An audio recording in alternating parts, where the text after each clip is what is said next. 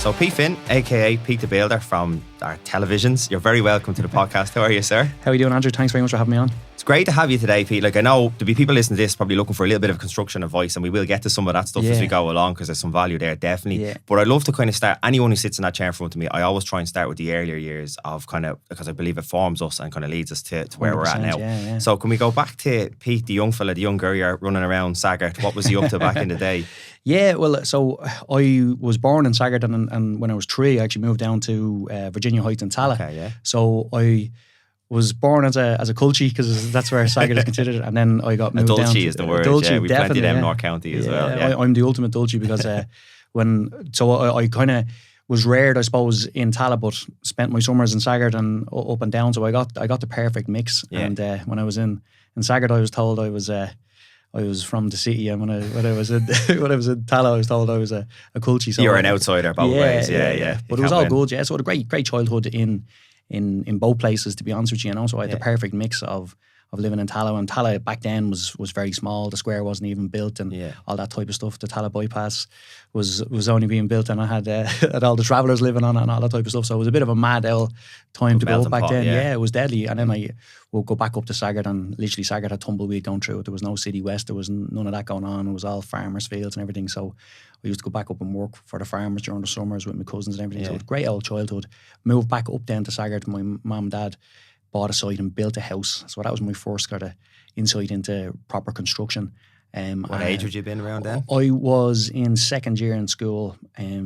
So, and again, a bit of a mad one, I didn't get into the local school because of numbers, and I had to go into Sing Street in town. So I was going to school in Sing Street in town. Spin, all right, yeah. So I had, but my dad worked in Clonbassel Street in town, so we used to go in with him in the mornings and then back out. But so we moved back out to Saggart then, and then I went to Rackpool Community School then from 5th and 6th year on. So it was a good mix. I got to see a lot of different cultures and different places. Yeah, it's great to be exposed to that. And then I know from chatting off air, we were saying like sport has been a big part of your upbringing as well. So can you tell us a little bit about that and where you're at, because you did more than just one sport? Yeah, I suppose I was very lucky in that my mum and dad really put me, my brother and my sister into sports earlier, especially myself and my brother. My sister came along a bit later, but so myself and I have an older brother, Stephen, and we did karate together, we did swimming together, played soccer together. Well, I suppose, in the same clubs but at different ages. Stephen's 2 years older than me. Yeah. So, yes, I was, very lucky in that I excelled quickly in a lot of the sports. Like, at one stage I was Irish karate champion, Dublin Community Games swimming champion, played representative football for all the top, for the league teams and all that type of stuff. I was banging in goals left, right and centre, and a lot of stuff going well for me. I was very fast when I was younger. I had a little baby face on me. I looked about 3 years younger than I was, but I was able to play, even with the school teams. I used to always play a couple of ages up and all that. So I got all that mix. But I suppose a huge influence on my life back then would have been my brother Stephen. So Stephen, a couple of years older than me, but I suppose I was faster than him, and I used to always kind of get onto teams ahead of him and stuff like that, which was a bit frustrating for me. But he always was so supportive of me, and he had an unbelievably good mindset really young. And he really was like he was born coach. He's gone on now. He's actually currently the under-19s Longford Town coach, and he's involved with the Irish under-21 team as well with Jim Crawford. Cool, as well. Because they're doing great at the moment. Yeah, super. So Stephen's life, he actually got a merit award from the FAI for his commitment to football. Fantastic, fully deserved. So, but having someone like that beside you from an early age, like that helped me a massive amount, because I was a hot-headed redhead, and I was, you know what I mean, I'd fly into a tackle, and I was so competitive. I hated losing, like, take me days to recover from a loss, Where do you think that came from? Was it just naturally in you, or was it? My mum, I think, my mum is the fire, and my dad is the calmness in our family. And look, two hugely supportive parents, like a good solid, I was very lucky to have a very good solid childhood. My mum is originally from Saggart, and she has that Saggart fire in her, I can tell you that now. Right. And she would certainly let you know very quickly, if she liked you or not, in the first 10 seconds. And she was strict on us and all the rest of it. But my dad is much calmer, and so my dad would bring us to every football match, every karate competition, every anything that was going on. Well, he must have been flat out, because this was all happening at the same time. Every day you're probably at stuff. Yeah, well, Saturdays and Sundays were literally my dad driving myself and brother Stephen from karate to swimming to competitions to matches, But Gaelic. just this, to give people perspective here, because I know you'd sent it on to me in advance, was asking a few bits and pieces. Like, you weren't just like doing karate. Like, you were karate champ for how many years in Ireland? For how many years in a row? Shoulder Can karate champion for 6 years in a row. From what ages roughly? About under 10 up to about under 16, 17. So that's like, that on its own is unbelievable achievement. But on top of that, you're swimming. And where are you at with swimming around the same age? So I swam competitively. So every morning I used to go swimming down in Tala swimming pool. We'd go swimming in the mornings, and my dad would collect me. So I used to get a lift off the local baker's daughter was into swimming. And I used what time of the day are you getting up at to go and do that? About 5:30 in the morning, and then I'd go before going to school, like so there's always a smell of chlorine off me in school. But so we'd swim in the morning, and then go to school, play whatever with the school, then soccer, training. I picked up GAA a bit later in life. It's probably one of my regrets. I was a better soccer player younger than I was a GAA player. Yeah. But as the years went on, I actually liked GAA more. Yeah, I know you're coming from there. I excelled more in Gaelic in my later years than I did in my younger years. And I was still very lucky. I played Division 1 with St. Mary's for a good few years. So that's still a really high standard, we had a couple of really, really good years. Won the league in 2004 as well, and that type of stuff, Division 1, which is unheard of for a small club. So, look, I suppose to round up the childhood, I had a very good, solid childhood, but I suppose I didn't socialise a lot outside of my sport, if you know what I mean. I didn't have time. Yeah. I played football with all the lads, like you'd up in the local green and all that type of stuff, and I had some really good friends, but I just loved sport from a young age, and everyone was going, even back then, he's going to burn out, but like, I'm still doing it, at this age, and I haven't burnt out yet, With the individual side of, say, swimming and karate versus the team side of getting into the football, like, had you one preference of one over the other? Like obviously as you've got older, you've more leaned towards, as you said, the GAA there as you got a little bit older. like, was that a factor for you as well, or is there certain elements you like from both? Yeah, I love a bit of both, because I'm still doing both. Like, I've picked up jiu-jitsu lately, and I'm still doing martial arts. I train MMA and SBG at the moment, but I still love playing the GAA. I'm involved with the Dublin Masters over 40s. We'll have a chat about that in a while, but and I love playing. I played just at the weekend in the Joe McNally tournament there with St. Mary's, and that was brilliant as well. So I love both, but I'm very competitive when it comes to individual sports. And I put myself under pressure. I've always been my own worst critic. I didn't need someone to tell me whether I played good or bad. I knew myself, Even when someone's going, you played great, I'm like, no, I didn't. I missed 2. You scored 2, but I missed 2. I should have scored, that type of thing, If one of your Mary's teammates was sitting beside you now and I asked him what's Peter Finn like as a teammate, what do you think he'd say? It's gas, because in soccer I was always a scorer, whereas and because of that, when I played GAA, they used to always put me in the forwards. But then when I got to my 30s, I started playing centre back, and that's where my position was. Number 6? Yeah. That's my usually position. The best player of the team plays there. Well, I played centre midfield in soccer as well, and I felt it was the same role, you know, and I'm very physical, and like I will win 90% of a 50-50 ball, and I suppose that's the first thing probably people would say, and a forward's nightmare. So look, if people know St. Mary's, we one in, all in is our attitude, and I would certainly be someone that would back that up. I've got a couple of cousins who are exceptional footballers as well, Ryan Kelly and Benji Kelly. I think Benji's touched off most of the senior footballers. They know who Benji is. His hands are like shovels. But we had a very good team.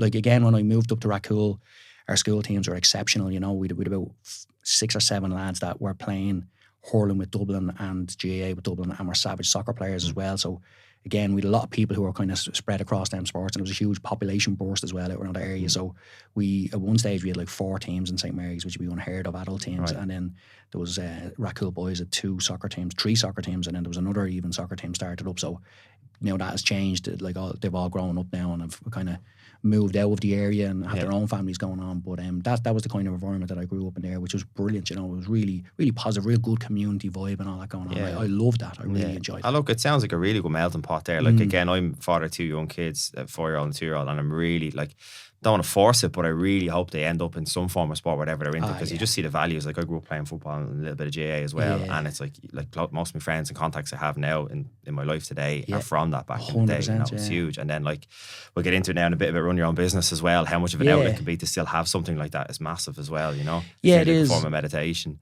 It is. I again, even from a young age, I always said to myself, no matter what's happening outside of my life, let's say, it doesn't matter what it is, like going through puberty, there's all sorts of stuff going through your head. Once I crossed the line of a karate competition or a football match. That was it. I didn't think about anything else. I just concentrated on what I was doing in front of me. And that was great detox to me. And even to this day, like my mum would say to me, you need to go and do a kickboxing session or something. When you're in a bad mood, yeah. Yeah, 100%. You know, my wife Sharon is the same. She'll say, you know, you need to go and play a match or whatever, because it's always been my detox. And it's not a bad one. There could be a lot worse ways of decompressing. It's great insight there, because it shows us, like, again, you've had a really good blend of urban life versus obviously like living on the farms, as you're saying. Like, obviously they're not that far apart in terms of distance, but they're very different in their environment, especially when you're younger. And then like the disciplines you get from the individual sports we're talking about there and being at such a high level, and then getting into the team sport. So there's loads of things going on there. So what I'd be very keen now is to talk about you now going down your career path and how a lot of this has maybe fueled that. So let's see where this goes. So can you tell us, like, did you go do Leaving Cert and then decide to go and do a trade after, or what was the pathway there? Yeah, I did. My mum was not letting me leave school unless I got my Leaving Cert, you know, and fair play to her for that. I actually was okay in school. I wasn't, you know, I didn't struggle in school. I got an okay Leaving Cert. I was happy enough with it. I could have went to college if I wanted it, but I never wanted it. I always wanted it. When my mum and dad built their house, I said, that's it. I want to be a builder. That was, I knew then, right back then I knew. And was there a particular builder that you were looking at going, this fella's deadly, or was it just the whole... It was the vibe. Like, I used to look up at carpenters on a roof on a sunny day and I go, wow, that's where I want to be. And that was it. I just always wanted that, and I didn't think about anything else, to be honest with you. You know, my mum was very keen for me to go to college. And my brother had gone and was doing journalism and media, and he was doing well, and I was just like, no, I'm getting an apprenticeship. And I was very lucky. I got a great apprenticeship off a local builder, Hughie Riley. Passed away only 2 years ago, unfortunately. But Hughie was a small builder, so basically we'd go into a site, like a greenfield site, and we would build everything, like dig the foundations, walls, plaster, roof, everything, and we wouldn't leave that house until it was completely finished. So I got an excellent carpentry apprenticeship, but I also got a building apprenticeship. Yeah, you saw the whole process, Yeah, and he was a really hard worker. Like, he had great ethics. Like, there was no such thing as, you know, going home early or not turning up on a day. So that discipline was in me, but it was already there from football, but more so even from martial arts. Like, that martial arts puts great discipline into people. And if any... How so? Just give us an idea, because I never did martial arts, and it's a great to have. Yeah. No. I'm surprised at that now. Well, I was playing football all the time, you know, so like I found like that was it. There wasn't really a club near me. It wasn't really, none of my friends did it, you know, that's just probably the way it was. So I didn't see it. It's never too late. It's never too late. So I suppose in martial arts, it's the first time in your life where you're told to be there a certain time.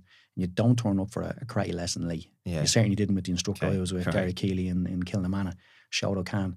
And, you know, you have to be there on time. You have to have your suit, has to be clean, has to be whatever. And then you do disciplined, you know, actions. You know, there's like some karate clubs do turn into little like play kindergarten type stuff. I didn't have that. Like our karate sessions were very disciplined. So you learned simple forms and, you know, as in, you know, your striking techniques and all that type of stuff, and they're in a disciplined route. And then you go into competition and you understand what it's like to be in combat situations. You know, it was semi-contact, so, you know, you weren't in much danger back then, but it felt like a combat situation. And then, you know, so you have all them disciplines with you, and consistency is the key as well, because you're working your way through your grades of your belts. You know, like I was lucky enough, I was one of the youngest, I think, black belts in the country at the time. I think I got my black belt at 12 or 13. Wow, first time black belt, which was excellent. It took me 2 goes to get it. I was delighted when I got it the second time. But so that discipline, but also sounds mad now, but the work ethic from farming. It's like farming, you don't take a day off. You know? And I grew up around that. You know, you're obviously from North County Dublin as well, so you see it and you know what it's like. Yeah, well, my dad's from Tipperary, so it's prime. It's big business down there. Yeah, so you see it going down as a kid. The same thing. And it's a vocation. Like, I mean, you know, people totally underestimate that. Like, you know, farmer hunts go on holidays. Who's going to look after it? Yeah, exactly. And you've got deadlines that you've got to meet to get the cattle. Yeah, you know, cleared out, clean, fed, all those type of things. Milking the cows, all those type of things have set times. And there's just no saying I'm going to take a day off. It just doesn't happen. So having that in my life as well was very good. So I always had them disciplines in my life. And it sounds weird, but I actually kind of liked that discipline. And I've always kept myself disciplined, even if I have free time or whatever. I like to have a bit of structure in my life. I think I need it, you know. And I do think it helps you. Like, I have a lot going on. So if I didn't have discipline and organisation in my life, I wouldn't be able to do the amount of things I do. You'd be getting pulled left, right and centre. Yeah, exactly. Would, No, class. So, like, again, you went and you did your apprenticeship. So you were 18, 19, 20, that sort of age bracket then. So what was the next step after that? You get qualified. Where did you go from there? Yeah, so I got my carpentry apprenticeship. I was in Bolton Street at the time, and then there was an opportunity to upskill then to do a building management course. It was called a craft-based technicians course. So I did that 1 day a week and 2 evenings a week. So again, I was very lucky that I was able to do that, because I was working a 4-day week in college 1 day a week, and then going in 2 evenings a week. You needed as a well. job to let you do that. I did, and I was able to manage to get that done. Then I started. I started playing League of Ireland football then, and I went into Trinity College, and I worked in Trinity College for a few years, and that helped a lot. Being able to work in an institution like Trinity College while I was playing League of Ireland football. Were you doing construction work in there? Or were you doing Yeah, well, I went in as a carpenter, and then I went on to manage 1 or 2 of the buildings in there as well. And again, that course really helped me advance in there. And Trinity was a great place, but I kept on having that want to be back out on site, if I'm honest. Yeah. But at that time, it was a conscious decision I made. I wanted to see what it was like in there. And my dad was saying, it's a great pensionable job and solid job, and it absolutely was. And again, it was a good working environment in there. Again, city centre, so again, I got to see all that culture and all that type of stuff. And who were you playing with then in the football side of things? Yeah, so I signed for Athlone Town. I played Leinster Senior League. I played League of Ireland B actually way back in the day under Brian Kerr. Wow, with St. Pat's, and I'm a St. Pat's fan. How long were you under his stewardship? A year and a half, and then I was a bit bold. I was playing League of Ireland B and I was playing Leinster Senior League at the same time. You wouldn't get away with it now. But back then it was a bit freer, So I and then Pats wanted to sign me, but I knew I wasn't going to get into their team. I was just going to be a B team player, basically. That was supporting the first team. Were you told that, or was it just something you felt yourself? I knew myself, and Pats were beginning to get very good. Like they were big, they had Brian Morris Rowe playing for them, and a few lads that were in my team, the B team, and they were moving up into and I knew they were ahead of me, So I had a choice then to either stick that out and be, the third, fourth choice player that might get into the first team. And then I went to COAM Terranure actually, and I played there for a year under Joey Malone. And then Joey Malone got the Athlone Town job, and I was his first signing. Right. I had a very good season with them. I scored a load of goals, and Joey signed me. Did you just train down there, or were you training in Dublin? Or what was the travel trying to manage all that? We trained once a week in Athlone and once a week in Dublin. Yeah. And then matches would be Friday or Saturday or Sunday, depending on who we were playing and where it was. That was brilliant. Like, it was a great time. But the motorways weren't built back then. It's a big commitment, there's a lot. Huge, there's a lot of logistics. Like, you're Finn Harps away or whatever. Because we can't pretty much go Ramblers on a Friday night. I can tell you that was an interesting one. But it was brilliant times. I really, really enjoyed it. And got to meet like a huge network of people. Yeah. Stephen Kenny was the Longford Town manager at the time. There you go, Longford and Athlone are our big rivals. We actually played against each other twice in the cup. Yeah, and they were going really well. They got promoted, and we bet them twice. I scored against them as well, which is probably my. So when you get down to Athlone, you're heroes welcome. Yeah. Well, they kind of forgotten who I am now, but for a while they knew who I was. Yeah, but it was great times. Played for Dundalk for a while as well, so it was good. I really enjoyed it, but all the time, business was getting very busy for me. I was doing a lot of nixers as well as working. And I just had this want in me to get back out on site. Yeah. And I just made a mad decision. I just said, right, I'm going to leave Trinity. And I also knew it was going to affect my football career a lot as well, because I was actually playing Gaelic as well and think about the time for Marys at the same time. So a lot kind of going on. What age are you here? You're mid-20s roughly? Yeah, I'm 23, 24. Yeah, 25. What was your parents' reaction especially your dad, when you left the pensionable job? Yeah, he said, think about it, like, are you sure you want to do it? But you also knew that I was really busy doing nixers as well as everything. So I just had so much going on, and I had people wanting me to do bigger jobs. And you were turning stuff down. That was probably eating away at you. Yeah, it was, and there was a bit of a boom at the time. It was before the Celtic Tiger, but there was definitely, things were getting busy, and it just didn't make sense for me to be someone who was, capable in construction to be in an institution limited to do what they were doing. It made sense when I was playing League of Ireland football, but I had a couple of good seasons in League of Ireland football, but then I felt that I wasn't going to be a full-time career for me. Yeah. I really enjoyed it. The GAA was beginning to really take off as well, and I was kind of getting drawn towards wanting to play that as well. So I made the decision, and I basically started playing Leinster League football, and I left Trinity and I set up my own business, and that was it. So I went from being busy to being extremely busy. Cool. So that's what everyone says is like, I want to be my own boss. I don't want to work 9 to 5. So I start my own business and now I work all hours of every day. Yeah. And that's what people, that's great now. You must have loads of time now as you work for yourself. And I was like, now I work for myself, I have no time whatsoever. And it's very tough when you're starting off a business. Like, I mean, the hours you put in, I think you know it yourself. Like, I mean, when you work for yourself, you open, you close, you do the accounts, you price, you pay the bills, you do everything, and you have to do the work. And it's hard, and some people struggle with the admin side of it. And if I'm honest, I didn't get my admin correct at the start, and that caught up with me. And I had a moment where I was going, right, am I able to do this or not? Yeah. I was well able to do the work on site. I was well able to do jobs, but I wasn't competent at the admin side of things. I think that's natural though as well. Like I would have been similar, and I think when you're doing your business, you're naturally going to lean into the stuff you're good at, and then the stuff you're not as good at. And like again, like you don't want, especially the admin stuff. It's, you can call it in inverted commas an office job side of it, and you don't want an office job. That's why you've gone and done what you've done. I've set up a gym for the same thing, but yet there is, no matter what you do, there is this element that you have to do, and I think it is a learning curve that and I think like no matter what business you're running, you have to know your numbers as well, that's a big part of it. And you can be the busiest fool in the country, you can be so busy and you think you've got cash flow coming, and then when it all sells, you've got a huge tax bill, or you've missed something. So I was aware of that, and then one of the guys that I'd met in Trinity College, Mark Flynn, had approached me and asked me. He had left Trinity as well, but he'd gone in with a contractor that was doing work in Trinity College called Michael Duffy, and they approached me and asked me would I be willing to come on board and kind of run one section of their company. So I said that I would be interested in that. We did it for a year as a trial, and then it all worked out well, and we were about to kind of consolidate everything together, but unfortunately Michael passed away. So myself and Mark were in this position where we're in our kind of late 20s, fairly green when it comes to business, a huge amount to work on, and our mentor passed away.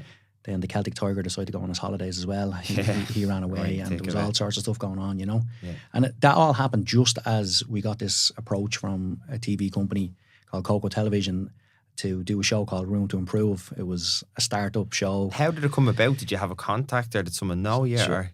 Honestly, this is the God's honest truth.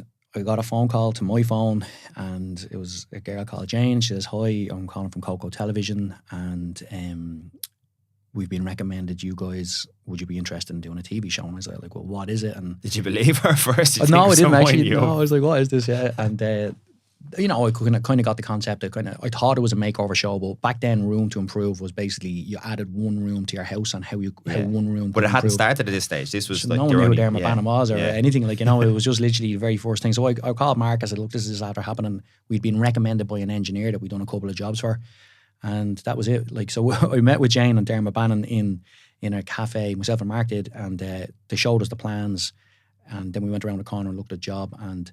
I said, well, okay, well, look, we are interested, very capable of doing this. It's not a big deal. I said, so when do you want to start? Oh, it's starting next week. We're like, what? Next week? And they were like, so that's how Room to Improve got started. They kind of got commissioned, and it was like, right, go. And in your head back then, did you think it was just like going to be a one-off thing? And geez, we might maybe get a little publicity off it and that'll be it? Or where was your head at? Can you remember? Yeah, it was hard to know. Like, again, you see, it hadn't been on television before, so you didn't understand the concept of it. And I suppose the fear people always have is about going on television, are they going to make a fool out of themselves? So it can either be very successful. It's like public speaking, but on a whole other spectrum again, isn't it? Yeah, absolutely. So you really are putting yourself out there, and again, it takes a certain type of person to be comfortable in that role, I actually, I never even said this before, but I was on a TV show called Treasure Island. I don't know if you remember that. Oh yeah, was that the boat? No, everyone says that. That's classic. So the boat came along after. So Treasure Island, they've done 2 series of Treasure Island, which was basically, it was the Irish version of Survivor. Okay, so we got brought to an island in Tonga, believe it or not. Right, and split up into 2 teams, and you had to survive. So I got to the final of that.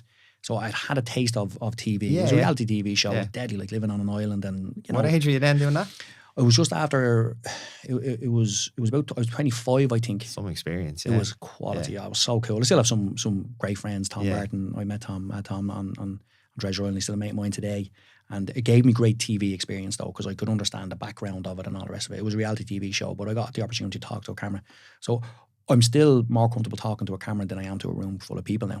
You know, which people think is mad, but that's the truth of it. Mad, I have no problem, because I also know that you could say 1,000 things into the camera and like one line of it will actually make it onto the thing. So I always just relax and just say what I've got to say. You're a good editor, you're all right. Yeah, exactly. But so that was great. So then I knew when I went into Room to Improve that there was a television side to this as well. Whereas I think a lot of other people went in going, I must make sure that, you know, I put the screw in the right place and I do every part of my construction is going to be examined. It's not. Yeah. It's a TV show. And I got that concept early. So I enjoyed the first show, got on very well with Dermot. And just on the last day of the first show, he done what he does. He came in and he kind of, we're going to move that. And I says, no, we're not. And literally the whole place went silent. Yeah. And he goes, no, we're moving. We have to move that. And I said, Dermot, if I move that, I'm going to be here till 2:00 in the morning. I have the whole place cleaned. The people are about to move in and it doesn't need to be moved. And I haven't priced for it. And he was like, oh, well, I really think it would look better and this, that, and the other. And I said, well, I'm not doing it. No way. Like, where's the QS? Let's go through this, you know? And they absolutely loved that. Gold that TV, was, yeah. That, of course, what got shown the most was that bit, you know? And then, so it was what they wanted. It was like, you know, it was outside of the generic thing. So I was the first one to kind of give him a little bit of guff. Yeah. And I realised then very quickly, it was just literally the firiness coming out of me and the reality of the situation. Like, he was asking me to do something that was ridiculous, you know? Then I ended up doing 9 episodes of A Room to Improve. So every Room to Improve series is 6 episodes long. And I done the first 7 series of it. And I was the builder on 2 episodes in 2 of the series, if that makes sense. So I did 9 of the Room to Improve. And I got to the stage then where I'd been there and done that. Things were busy. And Room to Improve started off as a half an hour long, actually. And it grew. I think it was series 5 or 6 before it went to an hour. Yeah. And then it really took off. And Dermot, it's massive now. Like, it's huge. I don't know the numbers, but it's definitely one of the most watched shows. Like, without a shadow of a doubt. Really, it is. And it's a great show. It still is very good. But so we'd been there and done that, and then they kept asking us to price jobs on it. And you just don't make money when you're on the Room to Improve. That's the God's honest truth. It does help your profile. It does help, you know, and during the tough years as well, you know, during the recession years, it definitely helped. We're grateful of that, absolutely, you know. So, and I actually really did enjoy Dermot. I don't like working with him because he's difficult to work with in that way, but I definitely like him as a person and all the rest of it. But we'd been there and done it. There was no need for us to do it anymore. So we stepped back and we didn't do it for a few years. Around that time, I got married as well and had we had our first child as well. And then about 3 years after I'd done Room to Improve, Coco Television, same girl, Jane, actually, who had been the main person on all of the Room to Improve jobs, called me again and said, hey, we have a new show. And I was like, oh no, Jane, look, I've been there, done it, thanks very much. And she said, no, look, this is a different show, it's a different concept, you'll like it and all the rest of it. And I said, look, there's loads of builders out there that you get Room to Improve, go and talk to them. So she kept at me, and eventually I did meet her, and sure, as soon as I met her, that was it. I was on board, and I didn't realise, I suppose, what it was. I thought it was like another makeover show. It was originally called Desperate Houses, was it? Yeah, the first series was called Desperate Houses, because that was it had been there had been a series of Desperate Houses, like I think 8 or 9 years before that. Okay, yeah. And they kind of just... It's obviously a play off Desperate Housewives, and there was probably a good title for it, 100%. But then they realised, like, Desperate Houses is a negative thing, kind of, you know? Yeah, it could be taken a different way, And look, Home Rescue was like the furthest thing from negative you could ever think of. It's so a good fit for what it is. Yeah, made much more sense. And so we did Home Rescue then for 2 years, myself and Roisin, and then it became, that was a half an hour show, and then it got the hour long then after that, and 6 series later, here we are, you know. Yeah, and just in case someone hasn't seen Home Rescue, like as I said to you, I'm a genuine fan of this. I love it because the summary was that, like, when you watch the Room to Improve, I love watching that as well. It's fantastic. But again, it's that thing you watch where you go, like, this is probably something you do once in your life, where you go, you need the big bank loan, you do the whole thing, and you go for it. Whereas with Home Rescue, there's a lot of little bits in it where you're like, geez, we could actually do that next week. If you know, like, there's lots of small bits in it, because again, I suppose it's at the smaller budget and smaller scale. Like, the people you're helping out haven't gone to the bank and got the 300 grand loan. It's a different animal completely. Can you tell us a little bit about just summarise what the show is all about? Yeah, so basically, it's homes all over the country of Ireland, north, south, east, and west, and basically, usually the house has got on top of people in terms of there could be clutter in the house isn't functioning for them. Sometimes people just don't have any money to put into the homes. There's usually a need. It could be a health issue. You know, we work a lot with maybe where the kids may be ill, and life just catches up on people, you know, and when that happens, what happens is your house just becomes a house. It doesn't become a home. It basically is a functional place where you sleep, you eat, and then you go wherever you're going. And what we do in Home Rescue is people give us the keys to their house. They leave for a week, And the first crew in is the declutter crew. And they come in, they literally take all the clutter, and even if the house isn't that cluttered, they just strip the house out. And then I arrive at about 1 o'clock on the first day, and I meet with the designer. D. Coleman is the designer now, and it's just a stripped out, pretty much empty gaff, isn't it, when you walk in? Yeah, and then D shows me the plans. Now I would have seen the plans before I get there. Like, being totally honest, you're not walking into it completely blind. But when you strip a house out, you're like, oh my god, there's a radiator there. I didn't see that radiator. There's no power here. You know, that type of stuff happens all the time. And then we hit the house really hard for 4 days, well, 3.5 days. And then, so usually we start on a Monday. I don't get there till 1 o'clock, as I said. And then I've got that period of time to hand the house back over. So Thursday evening, I'm gone. We only done one last week, actually, and I didn't get out of it until it was 12 o'clock at night when I was driving home. So, but that's a whole different, like, again, obviously you have the pressure when you're doing Room to Improve, but like that's a long-term project over weeks and months, and it's kind of, I'd imagine if it has to take an extra week to get it right, you probably get that permission, whereas with this, like, you're all in for, you've 3 or 4 days, like, you know, on a very small budget or whatever. Like, it's huge, like, pressure on you. It is, and the battle usually is, like, you know, D might want to get me to do a bit more than what I'm capable of doing. I'm sure, like, when you strip stuff back and then hurt, like, I imagine if I was an architect and you're there in the environment, you get brainwaves as you're going along, and then it's... Absolutely. And I'm going to be honest, there's times where I go, look, we have to do this for them, you know, because of whatever the need in the people is. So then sometimes I commit to something, and then I'm like, 2 or 3 days in going, oh my God, what did I commit to? You know? It's 2 o'clock in the morning, you're on your hands and knees in the kitchen going... So all that is real. It's a very honest show, in fairness, you know, and it's a very positive show. And I know it sounds corny, but you genuinely do change people's lives. You definitely do. And without the shadow of a doubt. The human stories in it are really powerful. Like, I was watching, one of the episodes I seen recently was, it was out in, where was it? Outside Ballybrack, I think it was. Yeah. And like, it was a lovely couple, young couple, they young kids, but when they stripped it back, it was like, the lad there, he'd lost his brother and his mother very close together. Yeah. And it was the family home they were living in. So it wasn't just like this physical premises of 4 walls. There was huge emotional ties to what they were doing. And then absolutely, you know, you're coming in you're trying to upgrade the house, but you're also trying not to lose sight of what it is and the homely feeling he has. Like, there's massive pressure. I think he had a loft upstairs that he used to sleep in with his brother. He was saying, his brother passed away. And like, he literally was telling us, like, that's where my brother used to sleep. And there was, like, still some of his brother's clothes in the house and all that type of stuff. And look, every job is different as well. You know, like, people have an awful lot of emotional attachment to certain items. Yeah. But then they end up keeping, like, loads of stuff, like, you know, just clothes and stuff that they don't need. And that just clutters up the whole place. Even their own clothes and like, you know, just stuff. And like, some people just go, I don't need it now, but I'm going to need it in a few years' time, so I'm going to keep that cot just in case we have another. We're all guilty of that. Like, but even like, if you're space in your wardrobe, you tend to fill it with clothes. Whether you wear it or not, you're not going to throw it out because you have to hang her in the space. But what happens when you do that then is your house doesn't function properly because it's basically overloaded. It's like anything, you know, if you overload anything, it's not going to work, you know. And what we do really well is strip the whole place back, and then you get the option to keep something. So you know, you kind of have 3 options: definitely gone, definitely staying. We're going to make a decision about that one in the middle. And the declutter crew, the clutter busters, do that. There's a chap, Aidan, who does that very well as well, and very empathetically. Yeah, it's tough, because people are looking parting with stuff they've had years. And again, like that, they can't bring it all back in. It kind of defeats the purpose of what you're doing if they do. And in the meantime, we're back trying to put the house back together again after pulling it apart. And we do some big stuff, like, I mean, like full kitchens, knocking out walls. Like, I seen you dry. Like, there was one recently watching you had to dry line the whole place. It was a country house. It was massive. And that wasn't part of the budget until we got there. And I was like, you just couldn't. Like, you can paint the wall, but sure, like, you wouldn't be gone down the road and the condensation all over. You know? So things like that do pop up. And again, you know, it might sound as though I'm just saying this, but the truth of it is, I won't walk away from something unless it's right. Yeah. But first of all, I'm being totally honest, I don't want to be called back. And second of all, I just wouldn't do something wrong, you know. So that's the choice. I always go, well, look, we can do this much really well. If we try and do another room, or we might get to do it, but we won't get to do it properly.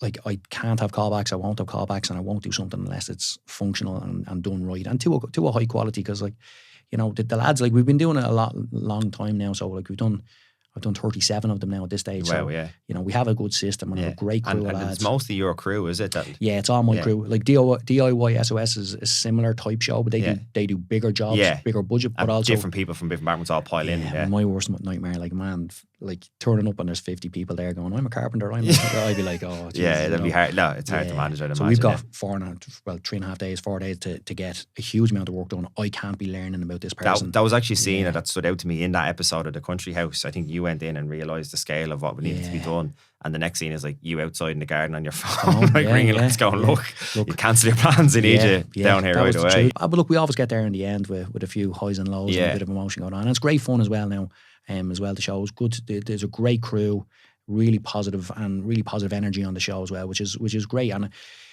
it's not charity, but it feels as though it's a give back, you know. Yeah, well, like being honest, I'm sure you run your own construction company, and if you didn't do those shows and just did the work you're doing, you probably would end up with more money in your back pocket. Without a shadow of a doubt, I do not make more money by being on home rescue last week. I would have made more money if I had stayed on site.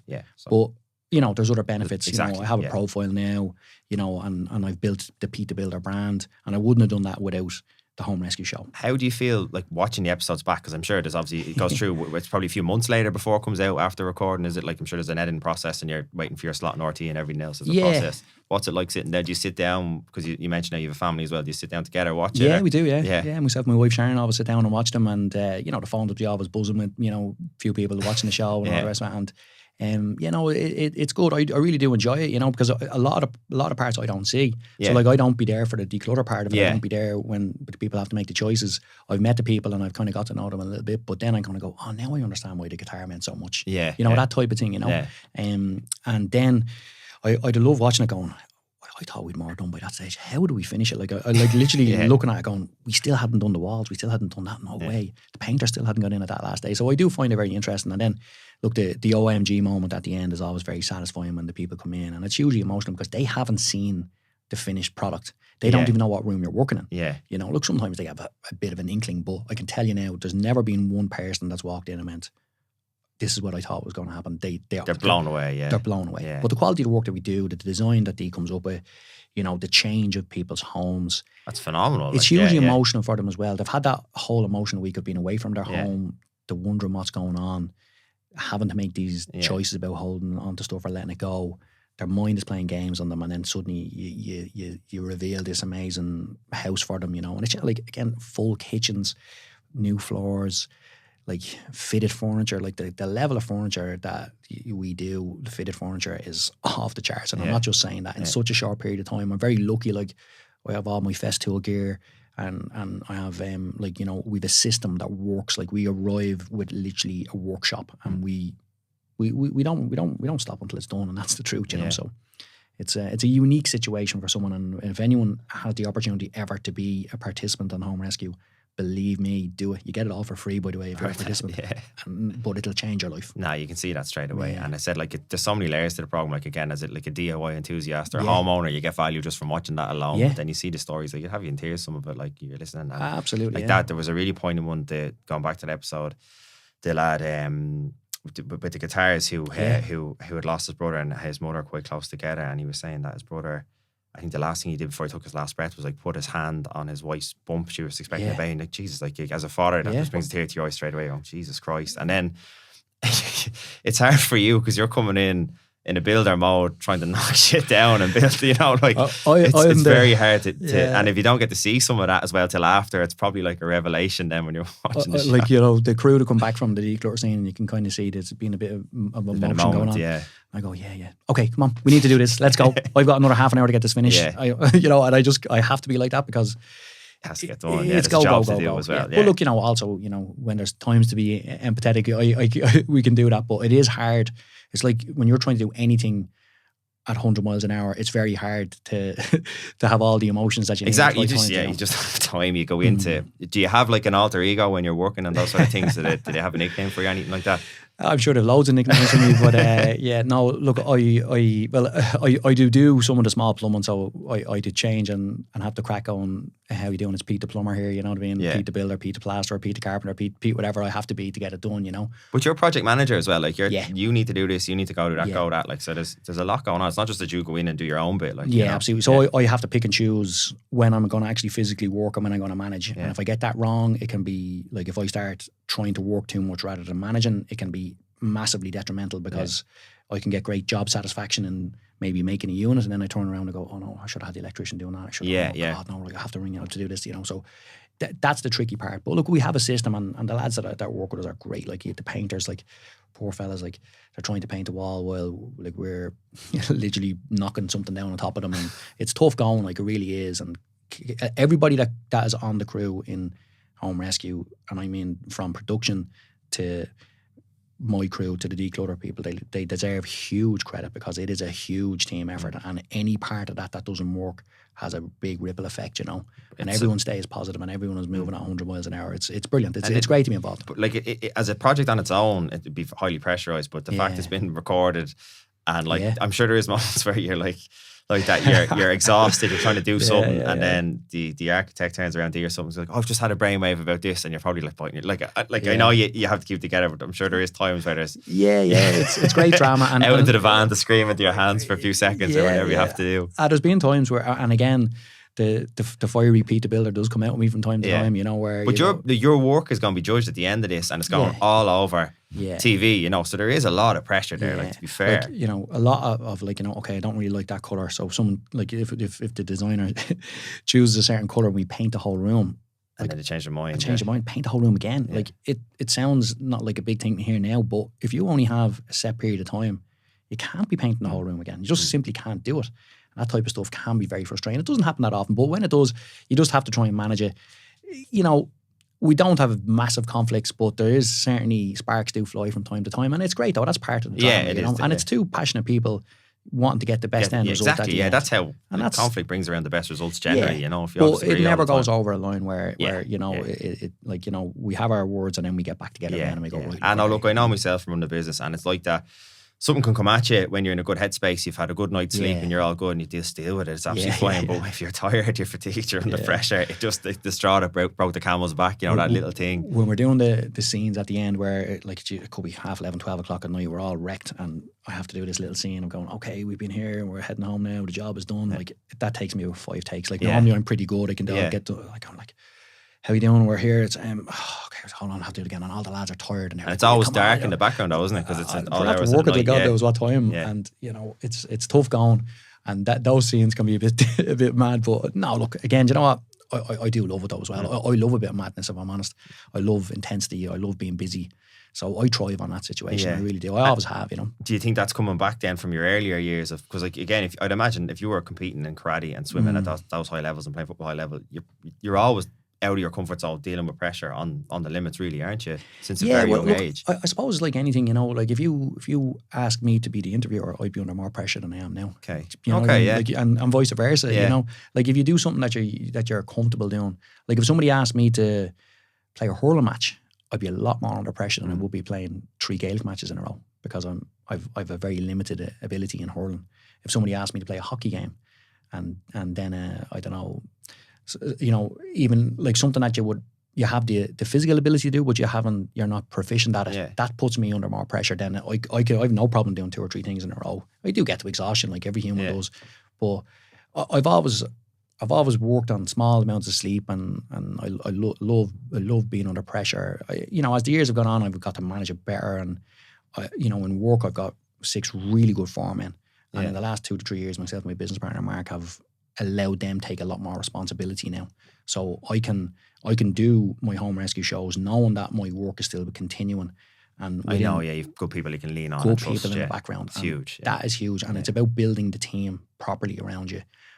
I'm quite hard if someone isn't a good fit. Like, I just don't have time for that anymore. I just cut a person out straight away. No, what would the characteristics be of someone who would tend not to last with you? Well, someone doesn't turn up on time, if someone does bad work, if someone is cheeky, if someone doesn't respect a homeowner or a client, if someone doesn't respect me, if someone makes a deal with you and then starts to change the deal, no time for any of that stuff, you know. Manners really is what it comes down to a lot, Yeah, absolutely. Look, come here, we all have good days and bad days, you know. I'm not going to get rid of someone as soon as that kind of thing has happened, but if you're not... It's persistent, Yeah, like if you're coming on board with my crew, you have to understand the pecking order, and, you know, I'm very respectful to everybody, but when I ask for something to be done, it needs to be done in a certain way, at a certain time. I'll let them do it their own way, you know, to a certain extent, but if that happens 2 or 3 times, and if someone starts coming back to me and there's a bit of conflict, it's not going to work. Standards have to be met, and like that, if they're not, you're the one that probably has to. And that person might be able to work better with somebody else. Yeah. And that's the way I'd approach it. Listen, me and you just aren't going to jail, so there's no point in us spend the next 3 weeks trying to figure out how we're not going to spar with each other. We're better off just going, let's finish up this week and we'll leave it at that. I used Were to you not always be, like that, or is that just more recent? no, I from got better at experience? it. It takes a bit of bravery to do that. You know, I don't feel it takes bravery now because I'm used to doing it. But I'm very honest with people right from the start. I just go, look, let's see how it goes. Let's work for a day or two. You might not like me. I might not like you. You might not like the lads. You might not like the crew. You might not like the way we do things. Let's see how it goes. And sure, look, it sounds mad, but within an hour, I know straight away, like, you know, whether someone's going to work with us or not. Most people do, being honest. Like, you know, we're not that hard to work with. You know, it's easy enough. But you know, I don't suffer fools that easily. And what would be the big characteristics that you look for in a person? Integrity, consistency, honesty, competence, manners. What does integrity mean to you? What would you define integrity as? We're going to do the podcast on Tuesday or Wednesday. We're going to do the podcast on Tuesday and Wednesday. Okay. You know, this thing of me being halfway across the thing and then phone calls, oh, I can't do it today, can we do it tomorrow? I'm going to turn up on time on Saturday. I want to work on Saturday. I'll see you on Saturday morning. Be there. So do what you said you do. Do what you said you do, yeah. I put 10 fixings into that thing on the wall. I go over and I look and there's 2. Like, you know, you can't do that type of stuff, you know. And if I can't trust someone, it's taking up too much of my time to manage that then, you know. So, you know, I always say to people, just don't lie to me. You know, just don't lie to me. I'm actually quite open. Like, someone can say to me, listen, I have to go an hour early to collect my kid or whatever. No problem. Absolutely no problem. Now, if I turn up and you're not there, big problem. Even if you're just... If you found out as opposed to being told in advance. Just tell me. Just be honest. Just be open. No problem at all then, you know. And just going back, because we spoke greatly there about the insight of the work you're doing on TV, but just to go back to running, because you're running a massive business here as well that people mightn't... Well, it's not massive. It's, how many staff you got roughly? 22. That's a big business. Yeah, well, I call it a big business. Medium-sized business is what they call it, technically, yeah. When you first started off and you went in with partnership with your friend, Mark Flynn, Yeah. That was, you said, like, Celtic Tiber just kind of went bust around then as well. Yeah, with a couple of tough years then. What were the lessons from there? Because obviously you probably started when things were thriving and no one really foresaw this apart from Dave Mike Savage, Mike Williams. He was the only one that called and no one was listening to him, no one wanted to hear him. But apart, like, where were you at with business? Do you remember? Because you probably learned some hard lessons then. I did. Very early in your career, like. I could have been a lot worse, you know. Like, I was living in Sagard at the time, and City West literally had turned into nearly like a village or a city in itself. And there was a huge amount of lads working there, and there was a massive amount of volume of work going on there. And lads thought they were making big money and they were driving around in Jeeps and all that. And I could very easily have gotten involved in all of that. Like, I was invited into it a couple of times. And I don't know why, but I just had this feeling in me that didn't suit me. It sounds mad, but I don't like going on to big, massive sites. I don't like being an ant in the middle of, you know, 100 people or like whatever, it could be 200 people on a site. I'd much rather be in a crew where there's 10, 15 people all working together and they all know each other and they're all working. I hate that idea of, you know, because on big sites what happens is the electrician comes in and does what he's got to do, then the slabber comes in and does what he's got to do, and they don't really care about each other. Good foreman can kind of manage that, but as the scale gets bigger, it's much harder to manage. And, you know, you probably call me a control freak or whatever, but I don't like that. I don't feel comfortable in that situation. I never did. So that has worked to my advantage in that I usually just work on small jobs like, you know, one-off houses, extensions, renovations. Now, they can be quite big, and we've done a lot of very big one-off houses, but I've done one development and the construction part of it has gone well, but the management part of it outside of that has been very difficult.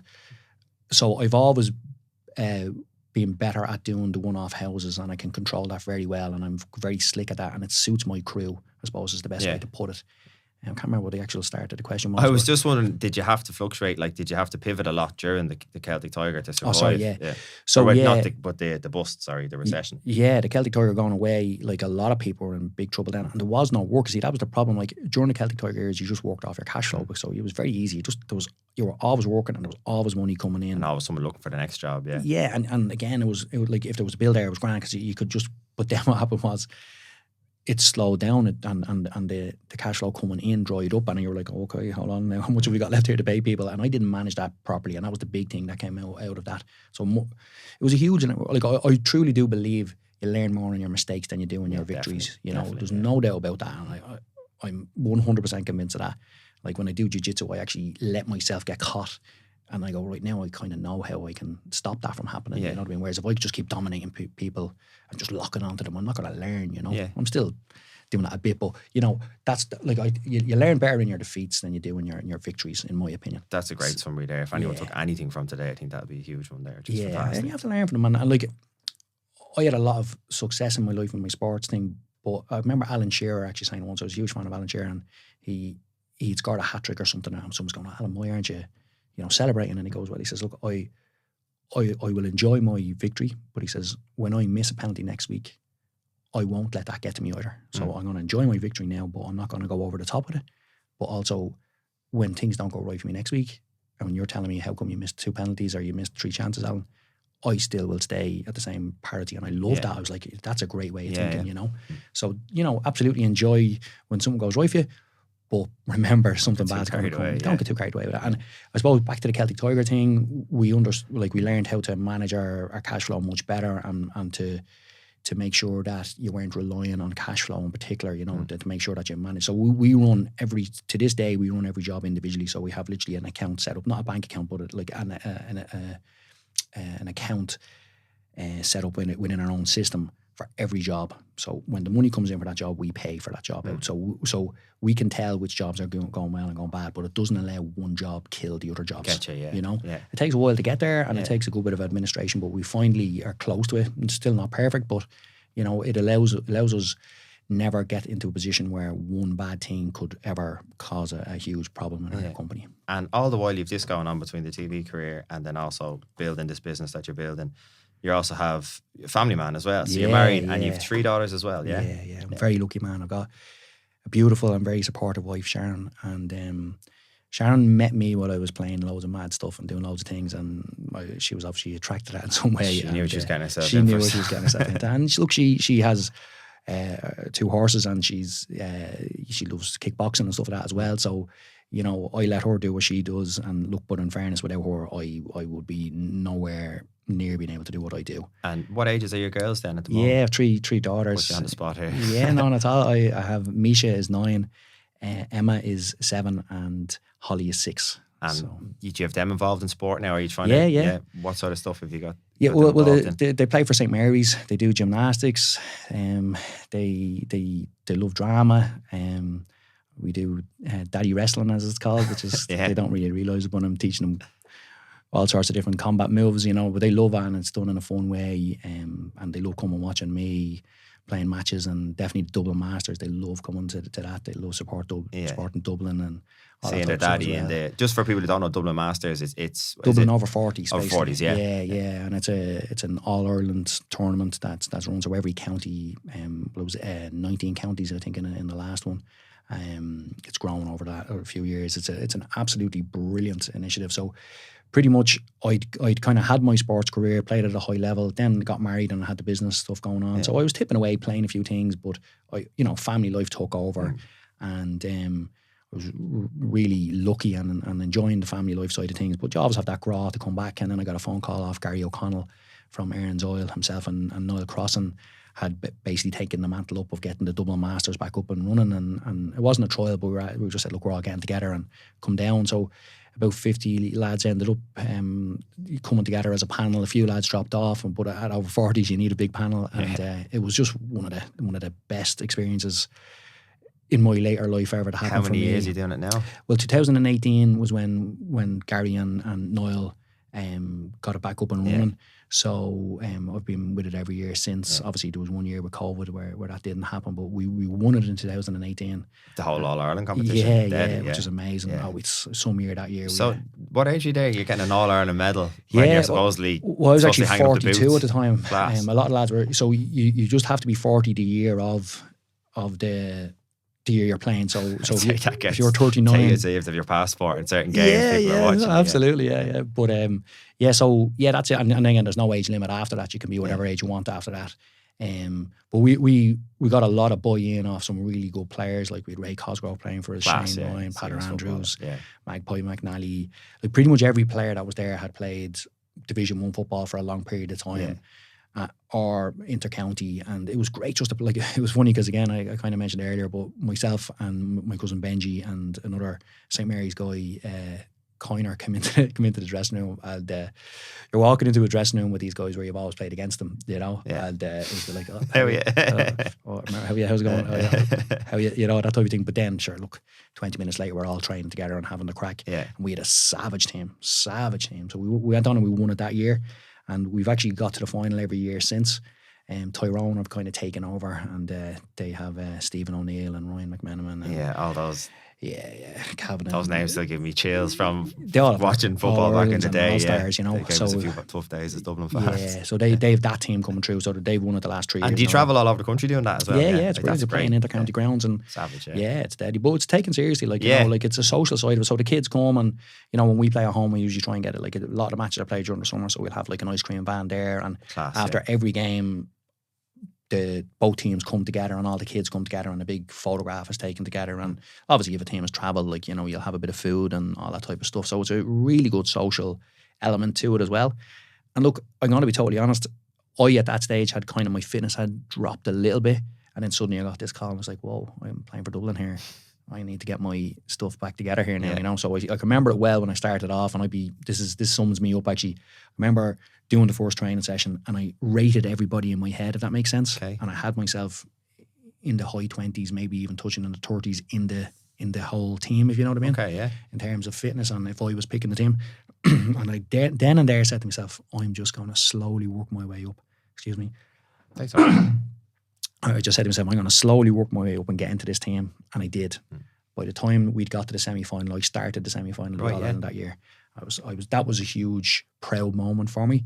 What did you do? What was the work that you did? Well, I need to get myself fitter, yeah. But I also, playing centre back, Shane Ryan was there as well. So it was a tough man to move to the side. But Shane actually ended up getting injured for the semi-final. But it was like I was very close. Shane could play in 2 or 3 different positions, and it was about just I suppose getting to understand what the management wanted, and I made sure that I did a very good job for them in that role, and made myself very hard not to pick, you know. And if I wasn't playing, I was one of the 4 subs in, which was brilliant, and I got myself extremely fit and just did the simple roles well. And the management, you know, seeing that I'm a very good talker on the pitch. I've always been well able to talk. I played centre midfield and centre forward in soccer for years, and again, I would have learned off some very experienced players that communicating can actually eliminate a massive amount of effort and can pull the team together. You know, I've been the captains of teams and that type of stuff as well over the years. But surely you see the crossover there with, like, talking about home rescue from you know, your project manager in an intense situation, you know, you can see how the two will overlap together, the skills there. Whether you got them from work and you're applying them to masters, or whether you got them from playing football as a young fella, and then that serves you then when you're going into your career as well. Like, I would. And do you know, one thing that pops in mind in sport and in work, I'd never ask someone to do something that I wouldn't do. Like honestly, I'll go to the site now and I'll take the brush and I'll start cleaning. If there's a drain blocked, I'll clear it, you know. And same in football, I would never ask somebody to do something that I wouldn't do. And that kind of is its own language, if that makes sense. Like, you know, people can see that. It also puts me in a strong position where I can go, I did it, why don't you do it, you know. So so that was it. The Masters was brilliant and still is brilliant. We actually, unfortunately, Tyrone only bet us recently, you know. They've gone on and won the All-Ireland again this year. So it's been a brilliant, but it's great initiative. They have a saying, you're never too old to play, you get old by not playing, you know. And like coming into my later years to get the opportunity to play with the likes of those players, wearing the Dublin jersey and representing Dublin the way I did. I captained the team one of the games as well, and the social part of it, and my kids seeing me playing for Dublin and all that, was amazing. So it was a great dream come true for me in a very good, structured way, you know. Do you think, because obviously between running your business, the stuff you've going on with the TV stuff you're doing at the moment, and then obviously you have 3 daughters at home. Like, a lot of people would say, like, how does he, like, obviously you have to make time to do all this. Do you think, like, obviously in terms of the time you're spending playing GAA, you could be spending doing more work and maybe making more money, but do you actually think by taking the time out, it serves you better and puts you in a better headspace then for your work? Or, like, do you think it helps with your balance? I think you get mentally exhausted quicker than you'll get physically exhausted, you know. And I think that I freshen things up by, and even in sport, like I've always liked to mix my sports, whereas if I play one sport continually all the time, you can get a bit jaded and a bit lethargic at it. Whereas if you're mixing stuff up, you can get a bit of freshness, you know. If one team is not doing well, the other team might be doing well, you know, that type of thing. Or you might be doing well individually, or you might be doing poorly individually and your team is doing well. But I don't waste time anymore, you know. Like I very rarely will suffer a hangover for like a period of time. You know, I do enjoy a few pints. I love a few pints. Would you hate the hangover the next day? I hate the hangover. I'm the same, just wasting time. Like it's actually not. I can take the pain of a hangover, but I'm there going, I've just no motivation to do these 5 things that I would have loved to It's know what's today. it cost you the next day. Yeah, and especially when you have kids. Like when your kids are looking at you and you're going, Dad, will you come on and do this? Like that's only ever happened to me once, and I said never again. Yeah. I'm not letting that happen again. You know. But so look, you know, look, if you win an All Ireland and you go out and celebrate, I wouldn't begrudge you the next day. To be you know fair. what I mean? We'll give it a pass for that. But you know, and look, other big events as well. Like, you know what I mean? A grand. I love going to the MMA events and I'll have a few points of them as well and all that type of stuff. But I try not to. I won't say never, but I try not to go OTT. And it's not just because I don't want to, you know, be OTT and drinking and all that. It's more that it's the next day. Yeah, exactly. I'm the exact same. I have more guilt the next day. It's not worth it. Yeah, it's not. It's genuinely not worth it. And you're probably, if you're like me, you're probably your biggest complaint all the time is, I wish I had more time to do this, and this. And then if you're sitting around your house feeling sorry for yourself, it's like, well, can't be arguing about this. You know, absolutely, complaining no time. Absolutely. Final question for you before I let you go, because this has been absolutely fascinating. Yeah. If there's a lad listening to this who's maybe in and around similar age bracket to yourself, who's maybe looking to, maybe they're on the crossroads of maybe going out and doing their own business side of things, or maybe they're happy with work, but they're thinking about getting back into some sort of fitness. Like, what would your advice be? Because like I'm looking at someone here who started a carpentry apprenticeship in his early 20s, and like where he's gone in the last, like there's All Ireland medals there, there's TV appearances. It's an unbelievable story, really. You know, Thank you very much. But what would your kind of advice be there? Well, the first piece of advice is that be ready for problems. You know, like we've spoken about a massive amount of my positive things that happen, but I had problems the whole way through. And you know, if they're big problems that are unsurmountable, that's fair enough. But any challenge you take on in your life ever is not going to be in the easy route. And we kind of discussed earlier, if it is, you'll probably have a big fail at the end. Whereas if you can see a challenge and get past it and, you know, improve on your next challenge. So what I always say to people is, I wouldn't, and I did this myself, I wouldn't just say, arrive home from work and go, I'm handing in the notice tomorrow. That's it. And I'm going to have no leads, but I'll find it from somewhere. I have no tools, but I'll borrow them. That's not clever. That's not the thing to do. The thing to do is, while you have one job, start doing nixers. While you have a permanent job, start your podcast in your spare time. Your side hustle is your side hustle, 100%. I love that saying. Do that. See, do you enjoy it to start off with? Then what you do then is you kind of go, right, I'm going to take 2 weeks of holiday or whatever it is, and I'm going to go all in on the one that I'm starting the side hustle. Line it up, make sure you have plenty of work or plenty of whatever leads ready for that week. And then see, do you enjoy it? See, does it monetize? See, does it work? And if it doesn't, go back to what you were doing and keep it as a side hustle that you enjoy doing or whatever. But if it does work, go for it. And then it comes, you know, then you come to a moment where you have to go, look, I have to make the decision one way or the other here. Be clever about it. If you've got a wife and kids at home and, you know, you're not going to be able to afford to be a soccer coach is not going to pay for it, but you love it. Like, you have to make, you know, you have to make selfish decisions, but you also have to be wise about what you do. Yeah, when there's other stakeholders there. Exactly. I'd never advise someone to take an uneducated jump and go from one thing to the other. I think that's the most foolish, and people have a romantic notion about that. I actually think that's a really selfish and foolish thing to do. Yeah. Whereas if you do it in a calculated way and a controlled way, it's mindset, you know, like it's and commit to it, like, you know what I mean? Don't think it's going to be easy and don't think you're going to have it all your own way, but have the bravery to do it. I've done it a few different times. Like I've another business, Lugwoods, that I set up, and that was a huge risk when we took it at the time. Tell us about that. Yeah, so Lugwoods is, we live in Sagard and we have this beautiful forest behind us and a beautiful view of the city. And one of my lads came to me and said, can I take next Tuesday off? And I was like, it's a Tuesday in December, like it's a bit odd, you know? And he goes, oh, we're going to see Santa Claus. And I was like, okay. And I had no kids at the time. Yeah. And he came back the next day and I said, what was it like? And he goes, oh, it was deadly. They actually went down to Mount Juliet and they told me all this. And I was like, oh my God, that sounds deadly.